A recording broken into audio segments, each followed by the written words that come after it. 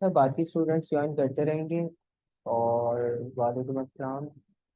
अच्छा ठीक है, काफ़ी क्वेश्चंस प्रैक्टिस कर लिया, आपको काफ़ी आइडिया भी हो गया चीज़ों का कि क्वेश्चन का first part, question first question second third question में कितना आपके पास डिफरेंस होता है।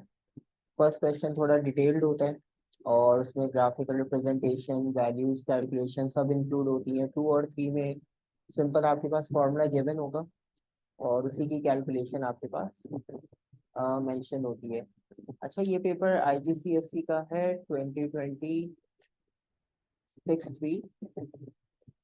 और लास्ट टाइम भी बताया था कि अब आपका पैटर्न जो 5054 का है वो चेंज हो गया है। और प्लानिंग क्वेश्चन और ये सारे पैटर्न जो है वो आईजीसीएसई वाला ही सेम है। तो आप क्वेश्चन किसी का भी करो, आपने प्रैक्टिस एटीपी की करनी है, कॉन्सेप्ट आपके पास दोनों में सेम है। ठीक है, तो इस चीज़ में कंफ्यूज नहीं होना 5054 0625 में। ठीक है, और क्वेश्चन स्टार्ट करते हैं और कोशिश करेंगे आज के क्वेश्चंस को जल्दी सॉल्व करें, क्योंकि अब इतनी ज़्यादा डिस्कस हम कर चुके हैं। जो कंफ्यूजन आप पूछ लेना, बाकी देखते हैं। अच्छा, some students investigate the transfer of thermal energy from a beaker of hot water. They use the apparatus shown in figure 1.1, or figure 1.2 shows the reading on the thermometer and at the start of the investigation. ठीक है, सबसे पहले तो वो आपसे temperature ही पूछेगा। वालेकुम अस्सलाम। 24 आएगा टेम्परेचर, आप लोग एक बार चेक कर लो।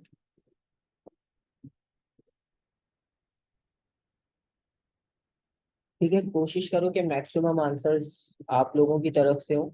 ठीक है, ताकि कॉन्सेप्ट और क्लियर हो जाए कि कहाँ पे किसको प्रॉब्लम आ रही है।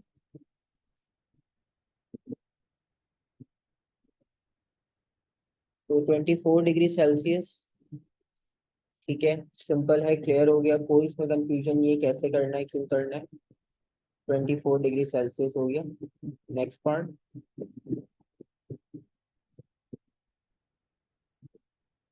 Student pores 100 centimetre cube. अच्छा, अब देखो ये थर्मल वाले जो क्वेश्चन है,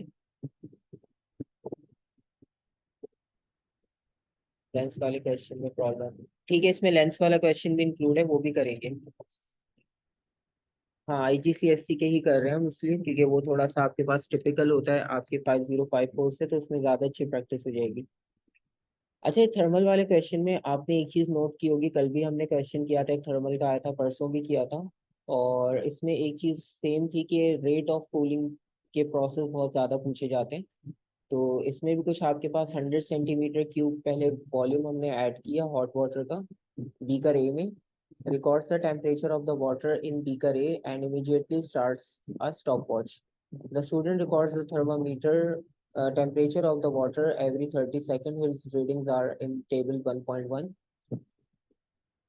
The student repeats the procedure for beaker B. Beaker B is fitted with a lid. Complete the headings and time column in table 1.1. जी, प्लानिंग वाले क्वेश्चन को छोड़ के बाकी सब आप अपने नॉर्मल एग्जाम से भी देख सकते हो। ठीक है, तो 5054 जो आपका है वो बहुत इजी है। ठीक है, आंसर आ गया। एक टाइम को सेकंड्स में लिखना है आपने, डिग्री सेल्सियस में लिखना है, डिग्री सेल्सियस में लिखना है, बिल्कुल सही है। 30 सेकंड के इंटरवल से 30 सेकंड के इंटरवल से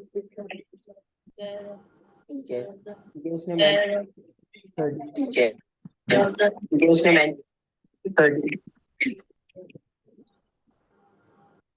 ठीक है, 30 सेकंड का आपके पास टाइम इंटरवल है, तो आप 30 सेकंड के इंटरवल से आप कर लोगे।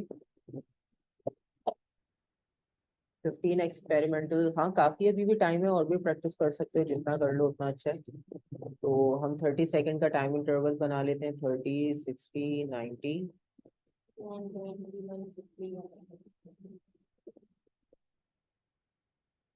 ठीक है, 30 सेकंड्स के डिफरेंस से हमने ये टेबल कंप्लीट किया और ये क्वेश्चन में मेंशन था।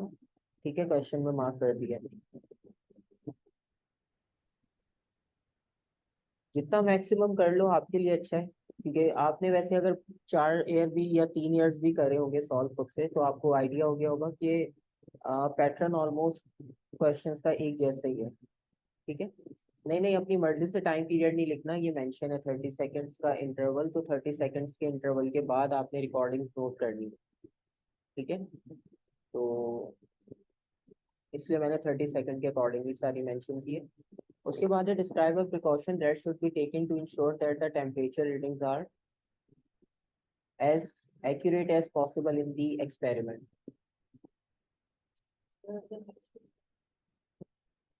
आज अगर आप प्रैक्टिस स्टार्ट कर रहे हो तो तब भी हो जाएगा आपके पास, ए नहीं ए स्टेरिक भी ला सकते हो, डिपेंड करता है कि प्रैक्टिस आप किस तरह से परफॉर्म कर रहे हो।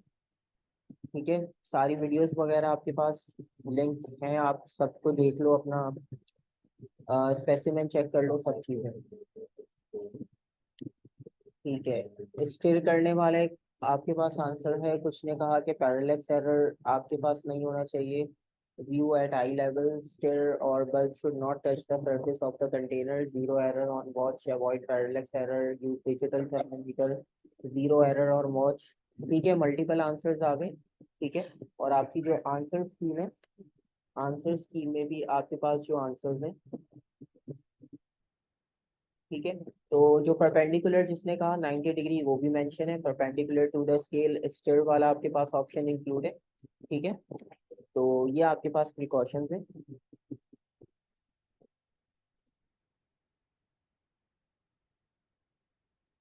ठीक है, डिजाइनिंग बेस भी कर लेंगे। अच्छा, एक क्वेश्चन तो ये कर लेते हैं, उसके बाद डिजाइनिंग वाला कर लेंगे पहले आज। ठीक है, डिजाइनिंग वाले ज्यादा कर लेंगे।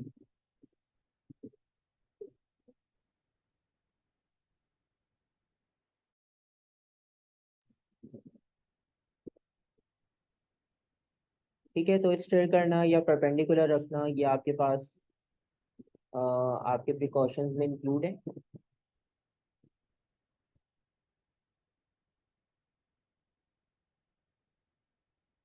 क्वेश्चन प्रिपेयर करने में ही कि सबसे पहले प्लानिंग वाले क्वेश्चन को कर लो आप प्रैक्टिस, डॉक्यूमेंट शेयर किया, बस कि क्वेश्चन मैक्सिमम जितना सॉल्व कर सकते हो उसे कर लो। और उसके बाद क्वेश्चन नंबर 1 को प्रैक्टिस कर लो, 1 और 4 कर लिया आपने, तो बाकी 2 और 3 में कुछ इतना नहीं होता, उसमें सारे स्टेप्स आपके पास मेंशन होते हैं, और आप सब उसको जो है वो सिंपल बस जो भी इंस्ट्रक्शन है उसके अकॉर्डिंगली सॉल्व कर दो। एक बार पैटर्न को चेक कर लो खुद सॉल्व करके, फिर आइडिया हो जाएगा आपको। 1 और 4 को प्रैक्टिस करो अच्छे से थोड़ा। ठीक है, 2 और 3 में इतना कुछ करने वाली बात नहीं है कि बिल्कुल उसमें कुछ ऐसा आता हो, उसमें सब स्टेप्स मेंशन होते हैं, बस इंस्ट्रक्शन सही से पढ़ोगे आंसर आपको उसी में मिल जाएगा। प्रिकॉशंस और एरर्स अलग हैं, एरर्स आपके पास परफॉर्मेंस के बीच में अगर कोई वैल्यू में एरर आ रहा है या कोई परफॉर्मेंस में आपने मिस्टेक की हो। प्रिकॉशंस आपके पास सेफ्टी मेजर्स होते हैं जो आप एक्सपेरिमेंट से पहले कंसिडर करते हो। But write a conclusion is stating how using the lid affects the cooling of the water. Zero error. ठीक है, बेसिकली उसने थर्मामीटर के बारे में पूछा है। ठीक है, तो थर्मामीटर से रिलेटेड हम टेम्परेचर मेजर करना चाह रहे हैं, तो हम वो थर्मामीटर से करेंगे। तो थर्मामीटर को आप लिंक करते हुए प्रिकॉशंस और सेफ्टी मेजर्स लिखो,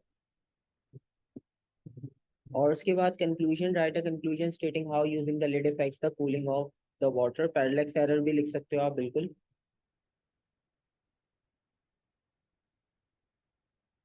तो अब आपने इसमें पार्ट डी में क्या लिखना होगा, लिड आपके पास कूलिंग ऑफ वाटर को किस तरह से अफेक्ट करेगा। एक आंसर आया, lid reduces the rate of cooling, it retains the heat. ठीक है, रेट ऑफ कूलिंग आपका स्लो डाउन हो जाएगा, आपके पास हीट लॉस जो है वो रिड्यूस हो जाएगा, क्योंकि हीट आपके पास सराउंडिंग में उतना ऐड नहीं हो पाएगी। जी, तो slows down cooling of water. ठीक है, तो सारे आंसर सही है, रिड्यूस हीट लॉस, तो आप इसको रिड्यूस हीट लॉस के रेफरेंस से लिखो, वो भी एक्सेप्टेबल है। और दूसरी बात ये कि अगर आप रेट ऑफ एवोपरेशन लिख रहे हो, let decrease rate of evaporation, ये भी ठीक है।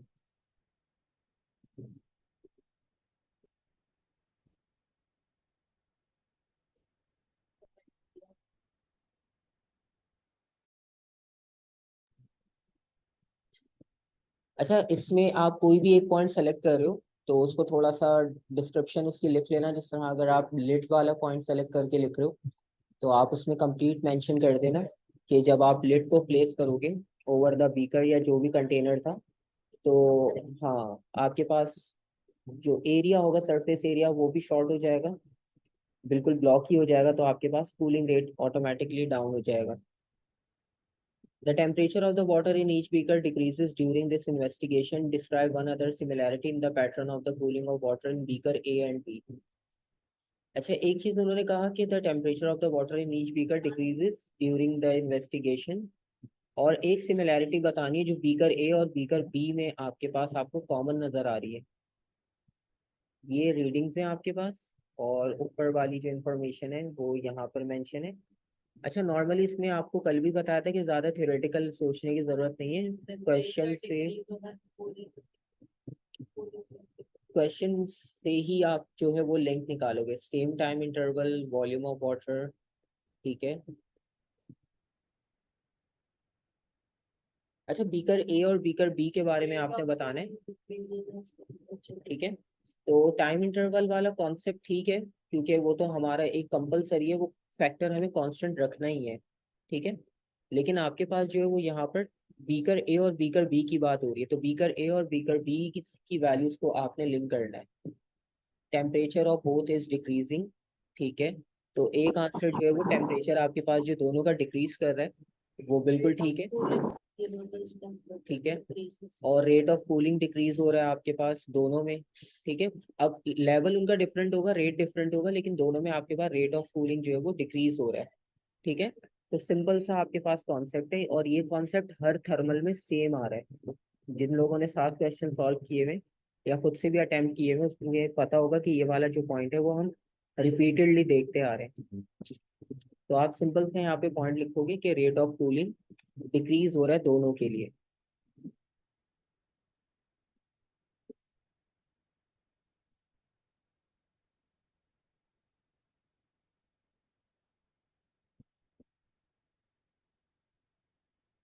ठीक है, ऐसा नहीं है कि किसी का रेट ऑफ कूलिंग इंक्रीज हुआ हो, दोनों का डिक्रीज हो रहा है।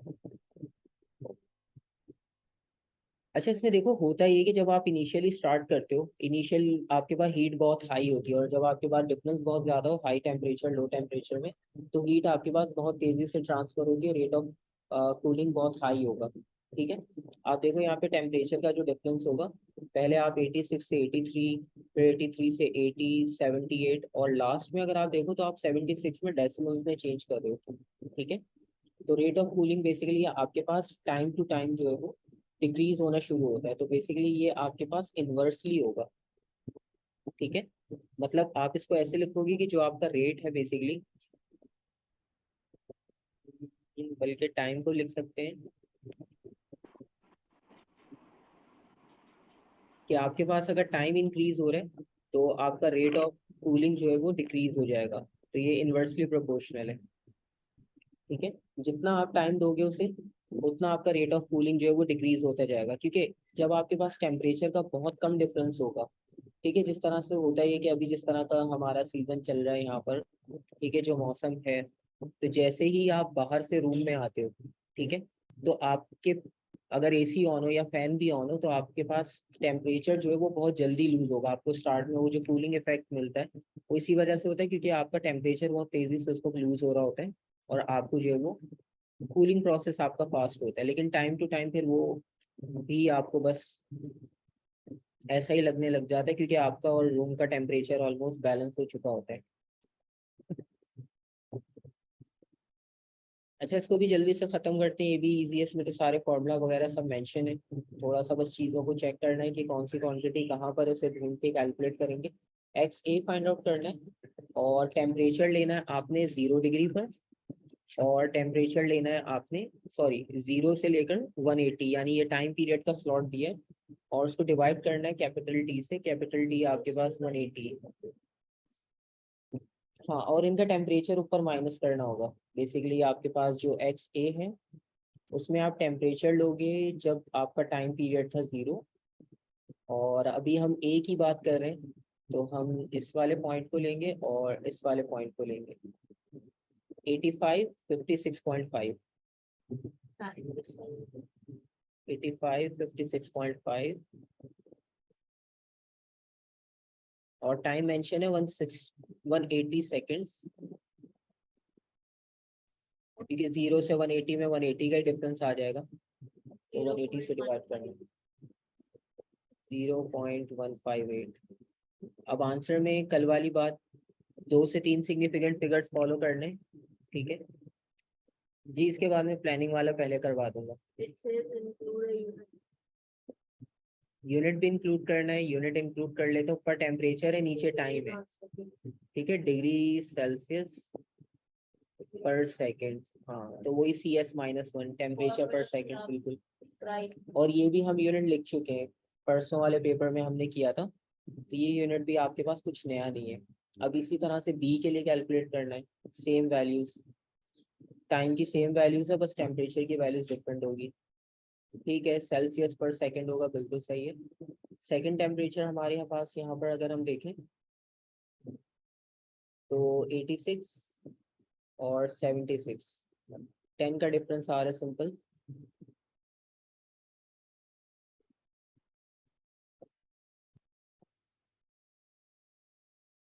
यूनिट असल में आपके पास मेंशन होता है क्वेश्चन में, तो इस वजह से 0.055,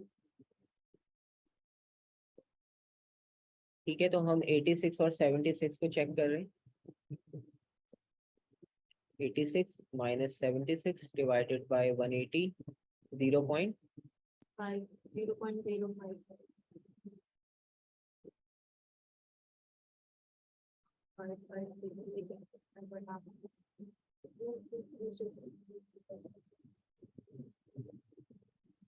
हाँ, रिकॉर्डिंग्स आपके पास जो ग्रुप में मैसेज अगर आपने ज्वाइन किया तो उसमें जो लिंक है ATP सेशन का, उसमें सारी रिकॉर्डिंग्स हैं जो अभी जिसमें स्पेसिमेन और लेटेस्ट पेपर जो हमने प्लानिंग क्वेश्चंस भी किए वो सब इंक्लूड है।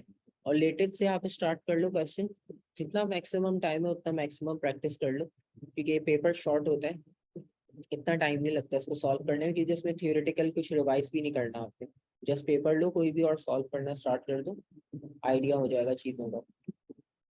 और बस इसको लास्ट एंड करते हैं, फिर हम प्लानिंग वाला क्वेश्चन भी देख लेते हैं। Thermal energy is transfer from the surface of the water and from the sides of the beaker during the investigation.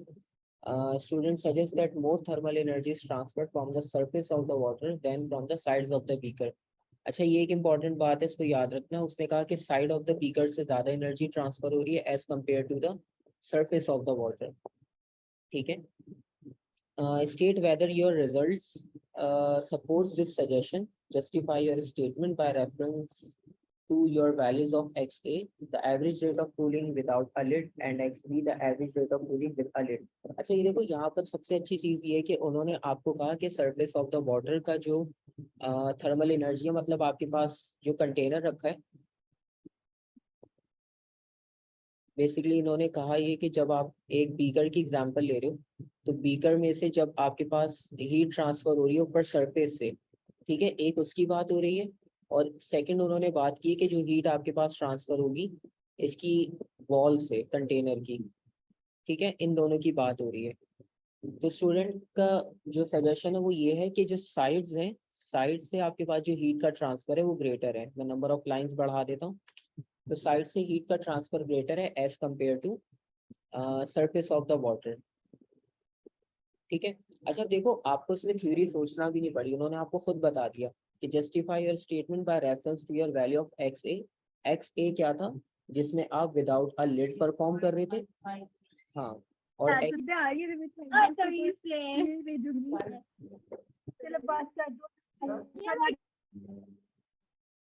और एक्स भी उन्होंने आपको खुद मेंशन कर दिया कि average rate of cooling with a lid, ठीक है। तो लिड वाली अगर आपके माइंड में बात ना भी आए तो वो यहाँ से आपको रेफरेंस खुद दे देगा, तो थ्योरेटिकल इसमें कुछ सोचना और लिखने की जरूरत नहीं पड़ती।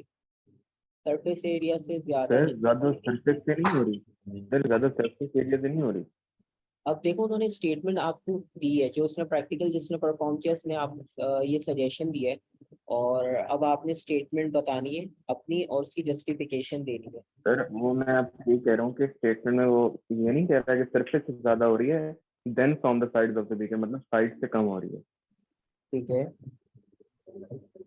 तो आप कह रहे थे ना कि थर्मल, साइड से ज्यादा हो रही है। हाँ हाँ, सही है, सही। इसमें आपके पास सरफेस से ज्यादा ट्रांसफर हो रही है, इस चीज को करेक्ट कर लेना। और साइड से कम हो रही है, ठीक है।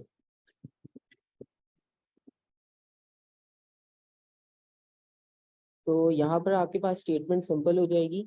आपने क्या लिखना होगा कि सरफेस एरिया आपका ग्रेटर है, तो सबसे पहले आपने इसकी स्टेटमेंट मेंशन करनी है। सबसे पहले आपको रिजल्ट्स मैच करना है एक्स ए और एक्स बी का।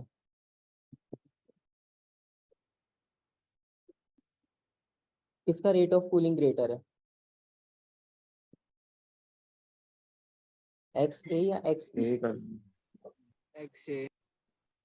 एक्स ए का रेट ऑफ कूलिंग ग्रेटर है क्योंकि उसमें लिड नहीं थी, ठीक है। तो सबसे पहले आप इनके रिजल्ट्स को कंपेयर करो।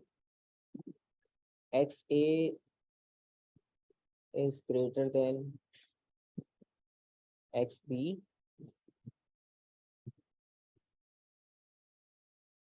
और अब आप इसका रीजन दे दोगे। आप वैल्यू शो कर दो तो साफ साफ पता चल जाएगा। ग्रेटर और मोर सरफेस एरिया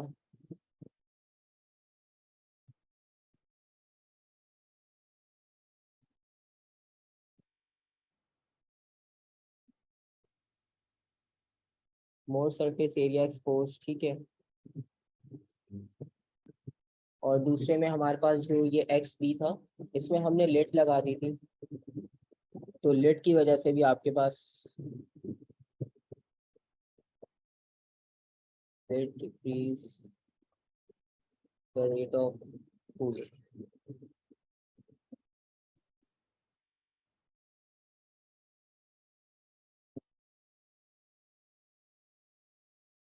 हाँ बिल्कुल ऐसा ही है, क्योंकि वो ओपन था, उस पर लेट भी नहीं थी, तो इसलिए हमारा सरफेस एरिया ऑटोमेटिक ग्रेटर था। और लास्ट 1 मार्क के लिए है suggested change to the apparatus for the और the procedure to produce a greater difference between x a and x b. शुरू में ज्यादा हाई टेम्परेचर यूज शुरू में ग्रेटर टेम्परेचर यूज करें, greater difference between x a and b. Insulation, insulation तो कर ही रहे हैं, ठीक है। ये ज्यादा ग्रेटर टेम्परेचर, ठीक है। तो दो सजेशंस आए, एक तो हाई टेम्परेचर यूज करें, दूसरा insulation. More temperature insulate the side walls, ठीक है। Insulation for b, paint the side of the x b, बिल्कुल सही। पेंट का मतलब भी हम इंसुलेशन पे जा रहे हैं, ठीक है। तो दो सजेशंस हैं आप लोगों के।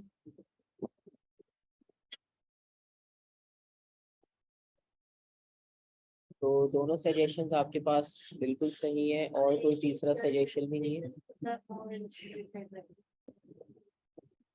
तो आप high initial temperature low,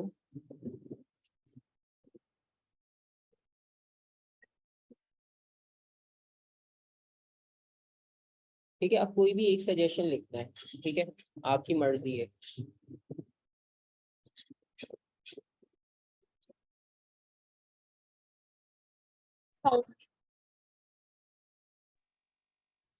sir अगर सजेशन में हम 1 मार्क और 2 3 लिख दें तो मार्क्स कटेंगे?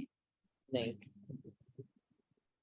ओके, तो जो हमारा राइट होगा उसको वो मार्क करेगा एग्जाम फर्स्ट में। फर्स्ट को ही कंसिडर करते हैं वे बेसिकली। तो वैसे इतना मुश्किल नहीं है, आप लोगों ने दो ही सजेशंस दिए और दोनों ही आपकी मार्किंग स्कीम में, तो जो भी कोई एक भी लिख रहा है तो उसको 1 मार्क मिल जाएगा इजीली, ठीक है। ओके। ठीक है, यहाँ तक आपके पास फर्स्ट इज रॉन्ग। अच्छा, फर्स्ट इज रॉन्ग, अब उसमें ये होता है कि 50-50 चांस होते हैं। अब कुछ लोग मार्क दे भी देते हैं, कुछ नहीं देते। तो नहीं नहीं, नेगेटिव मार्किंग नहीं होती।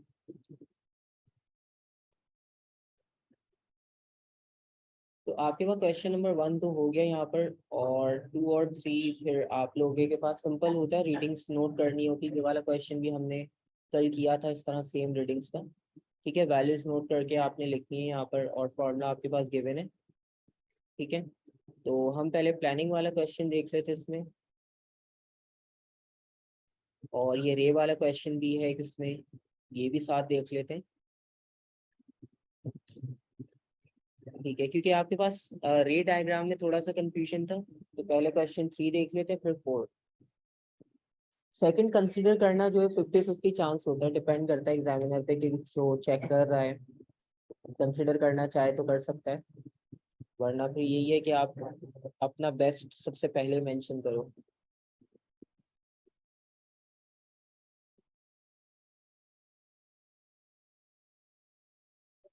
अच्छा क्वेश्चन नंबर 3 देखो आप, a student investigates the image produced by a converging lens.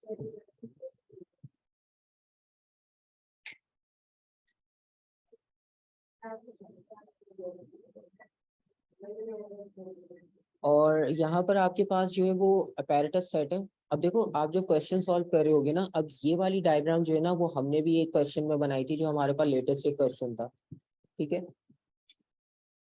तो अब इसमें आपके पास ये कि आपको ये पेपर्स में से भी डायग्राम मिल जाएंगी। अब नेक्स्ट हमारे पास लेटेस्ट उसमें इन्होंने ड्रॉ करने को दिया डायग्राम, यहाँ पर उन्होंने आपको डायग्राम खुद से दिए, क्वेश्चन नंबर इन्होंने चेंज कर दिया, ठीक है। अच्छा अब लेंस से पास होने के बाद जो ऑब्जेक्ट की इमेज है वो कुछ इस तरह की आपको स्क्रीन पर मिल रही है, ठीक है। बल्कि ये हाइट ऑफ ऑब्जेक्ट है, सॉरी पहले हाइट ऑफ ऑब्जेक्ट मेंशन है। और आपने इसको मेजर करना है, तो इसको मेजर करना आसान है। किससे मेजर करना है आपने, ठीक है, सिंपल रूलर से मेजर कर लो आप इसे। आप पेपर पे रूलर को रखे 0 से मेजर कर लो, या तो इसकी जो आपके पास मेजरमेंट होगी वो 2 सेंटीमीटर होगी।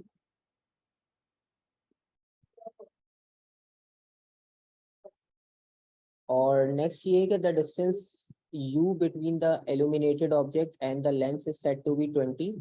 The screen is moved until a sharp image of the illuminated object is seen, as shown full size in figure 3.3.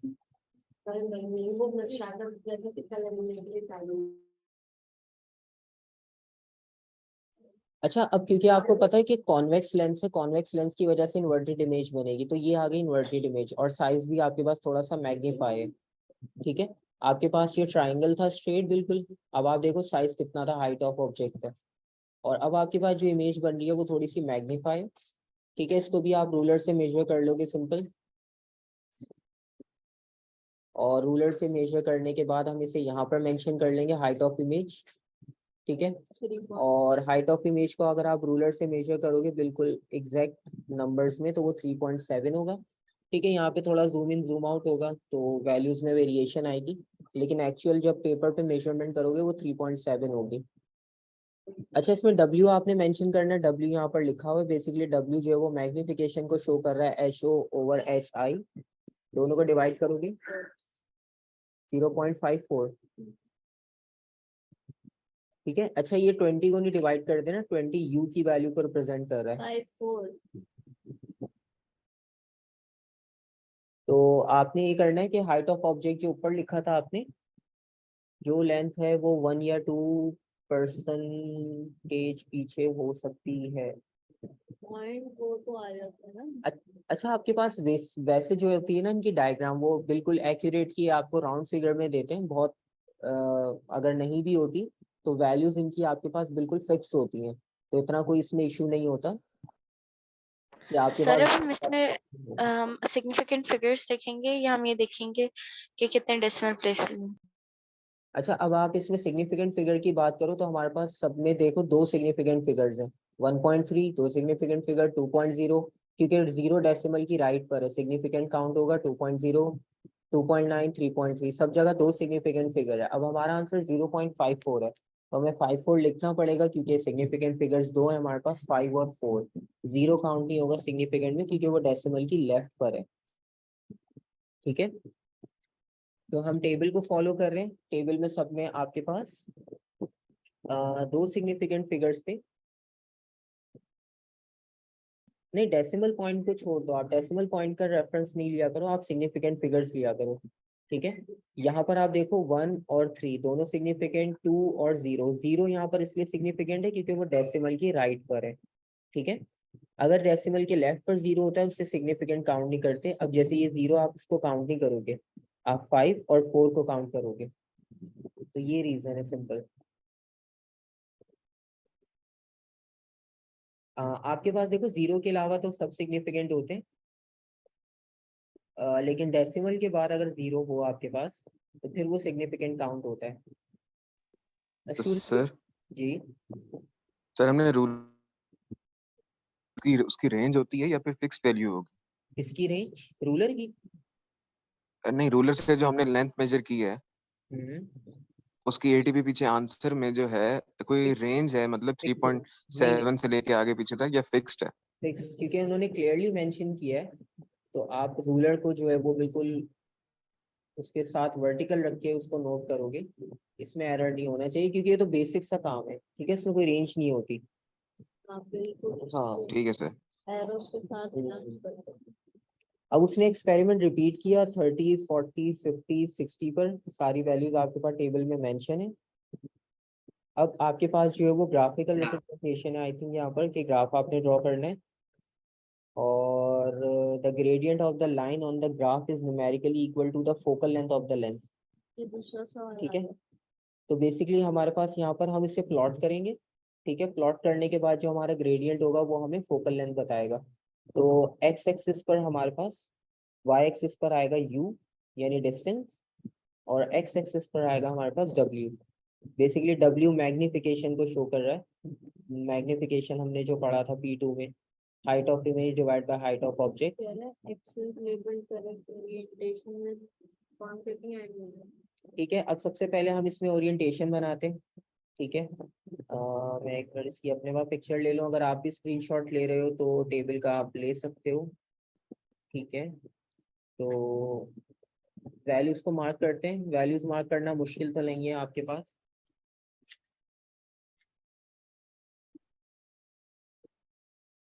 ठीक है, हमारे पास यहाँ पर, हम वहाँ से देख सकते हैं ना सर। हाँ, अच्छा, अब आपके पास वालेकुम अस्सलाम, आपके पास मैक्सिमम और मिनिमम वैल्यू पहले देख लो W की। ठीक है, रेफरेंस के लिए आप चेक कर लो। 0.5 ठीक है, मिनिमम 0.5 है और मैक्सिमम 3.3। 3.3 तो 3.5 या 4 तक अगर आपके पास एक्स एक्सिस बनता है तो आपकी रीडिंग्स उसमें इजीली फिक्स हो जाएगी, और हमारे पास काफ़ी स्पेस है एक्स एक्सिस पे। ठीक है, तो हम इजीली इसको अगर 0 से स्टार्ट करते हैं तो 1,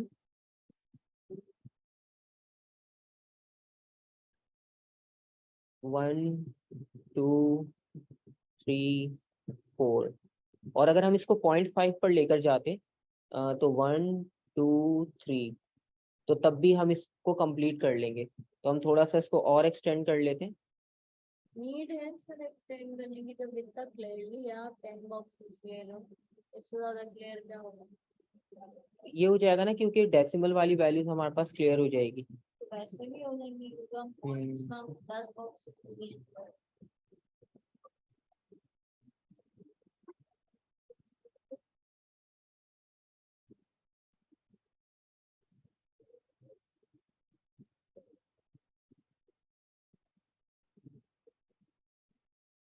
और इसमें हमारे पास y एक्सिस की वैल्यू को चेक कर लेते हैं। y एक्सिस पर आपके पास जो है वो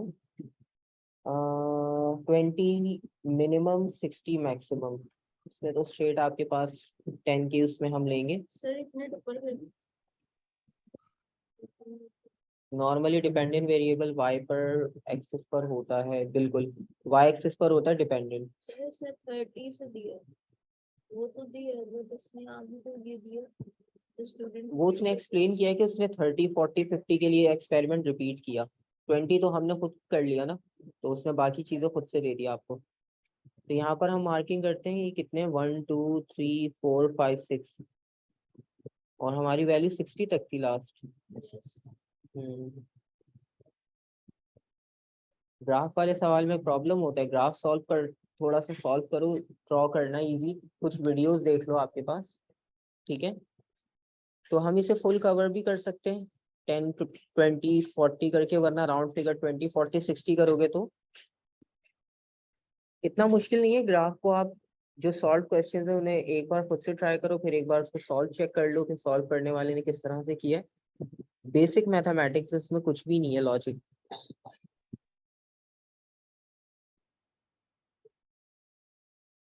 और इसमें अब वैल्यूज लिखनी है। वैल्यूज हमारे पास थी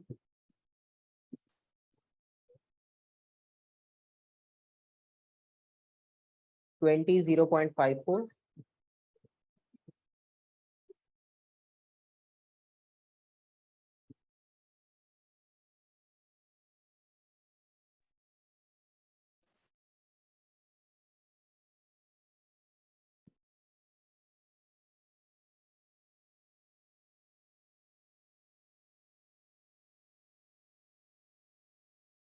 और 1.3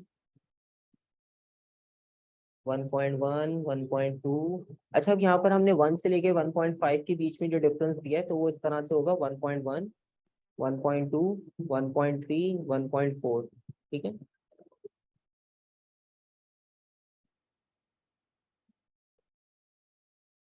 0.6789 बना गया। एक्स एक्सिस हाँ एक बार चेक कर लेते क्योंकि हमारे पास यहाँ वैल्यू एक बॉक्स मिस हो रहा है। ठीक है, सेम लिंक से आप ज्वाइन बैक करो, फिर इसको कंप्लीट करते हैं। सर ये हमारे पास 3.3 तक की है, तो हमारे पास 3.5 तक का वो है। नहीं ना,